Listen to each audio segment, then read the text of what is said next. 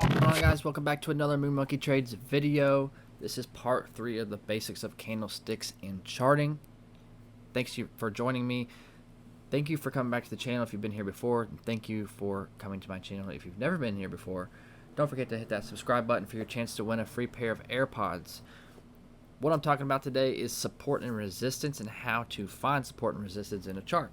You have two different types of resistance. You have minor support and resistance and major support and resistance, and I'm going to show you the difference between both of those and how you can use them in your trading and charting, especially as a beginner. I'm on E-Trade Pro, but you can use these tools on pretty much any chart, and if you don't have a platform set up, you can get free charts online. I like to use Yahoo Finance. So what I'm going to do is actually go up here and I'm going to select my line tool. I'm going to make it pink in order for you to be able to see a little bit better on your screen. What I'm going to start with is major support areas. Major support areas are where the stock came down to a certain price and it touched it more than once and was rejected.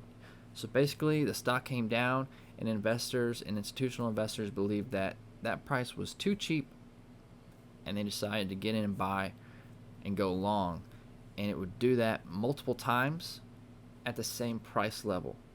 And minor support would be it came down and hit a level one time and then went to the upside. Obviously major support areas are much stronger than minor support areas, so minor support areas are more likely to get blown through than major support areas. So right here on Apple we have a 1 year chart, so 1 year from the left side of the screen to the right side of the screen, and each candle represents 1 day. But right here we have a major support area. I'm going to draw this pink line. And like I said, why is it a major support area? It's because we came down and hit this price level not only once, but we went up and came and hit this price level and was rejected again before resuming to the upside. So this makes a major support level to give you an idea of, Apple may not go down past this price, and this could be a possible entry level in the future. And if we break this below this price, then we may want to stay away from it because it could continue in a downtrend. So as you see here to the right of my screen, we came down to this price level just one time. And we didn't get a retest at this level like we did here at this, kind of double bottom here. So this would be a minor support area. Anytime the price dropped down, we had a pullback and it came down and just hit one time. This is minor support area. And this gives you an idea of where you can find bounces in the market, especially in an uptrend, where you can find, a lower risk, higher reward entry. Because that's what we want to look for, low risk, high reward.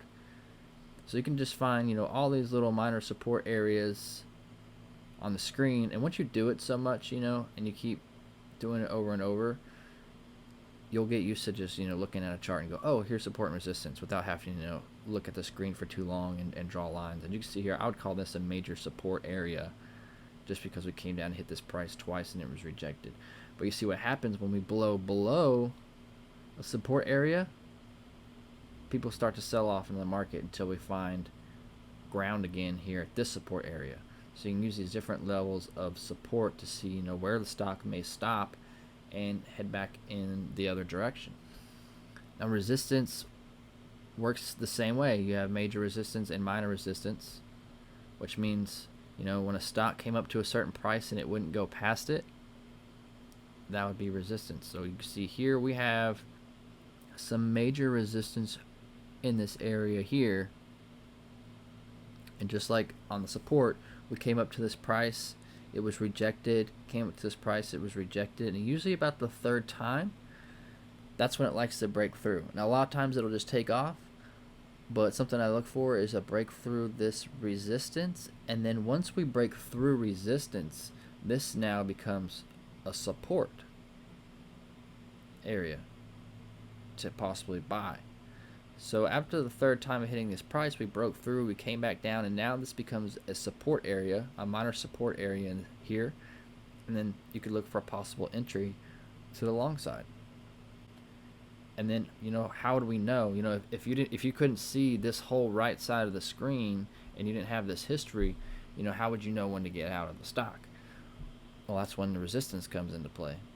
So say we got into the stock around this area and this whole side of the right side of the chart was not here yet, where would we look to exit the trade? We would look for our previous highest point in the stock. So our first high point here would be this resistance here, over where my arrow is on the screen right here. And our second price target would be here at the previous high. So this would be our resistance area. As you can see here, later down the road we hit that resistance area because people are seeing, okay, last time it got this high it sold off, so people start to sell again. And that's just one way you can find areas of support and resistance in the stock. It's super basic, super easy. And in the next video, come on back to my channel and I'll show you how to use support and resistance along with patterns. And just to give you an example on a quick one here before I go, if I go over here to channel and I notice here I have a channel in the stock. So here we have a descending channel, and what we'd be looking for is a break above this channel or below this channel to either go long or short. But remember, if we go back to our support and resistance and we draw our support line here at our minor support, not only do we have a bounce of support, but then we got to break through this channel and then we could possibly get long here. But I'm going to get more into that into the next video. But thanks for coming by. Like I said, don't forget to drop a like and subscribe to my channel to win a free pair of AirPods Pro. Feel free to comment for anything that you didn't understand that I could go back and touch on, or anything that you would like to learn in the future.